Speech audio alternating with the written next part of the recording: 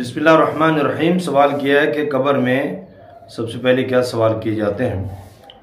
देखें, कब्र में मखसूस सवाल किए जाते हैं मैयत से कि मन रब्बु का, तेरा रब कौन है, मन नबीयु का, तेरा नबी कौन है, वमा दीनु का, तेरा दीन क्या है। ये 3 सवाल तो मखसूस किए जाते हैं। तो ईमान की कैफियत के एतबार से इंसान जवाब देता है।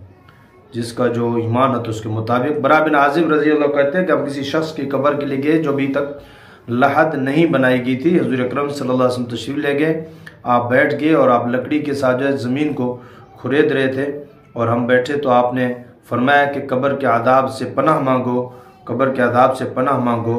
कि दफनाने के बाद दफनाने वाले वापस जा रहे होते हैं, उनके पाँव की दमक सुन रहा होता है। उस वक़्त फरिश्ते आ जाते हैं और आकर सवाल करना शुरू कर देते हैं कि तेरा रब कौन है, तेरा नबी कौन है, तेरा दीन क्या है, मज़हब क्या है। इसलिए इसका लिहाज रखें कि वो कब्र की तैयारी करें। कबल इसके कि कब्र में क्या होगा, उससे पहले, कब्र में जाने से पहले कब्र की तैयारी।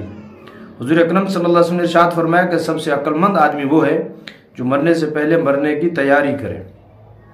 आजिज़ है और बेवकूफ़ है वो शख्स कि जो ख्वाहिशात पे ज़िंदगी गुजारता रहे और फिर कहे कि अल्लाह बड़ा गफूर रहीम है।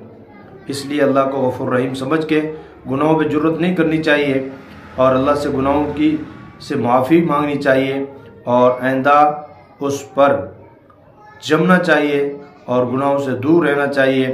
तौबा और इस्तिग़फ़ार यही है कि गुज़िश्ता पे तौबा हो, इस्तिग़फ़ार हो और आइंदा न करने का अज़म हो। अल्लाह ताला हम सब को गुनाहों से तौबा करने की तौफ़ीक़ अता फ़रमाए और उस पर इस्तिक़ामत की तौफ़ीक़ अता फ़रमाए। वल्लाहु आलम बिस्सवाब।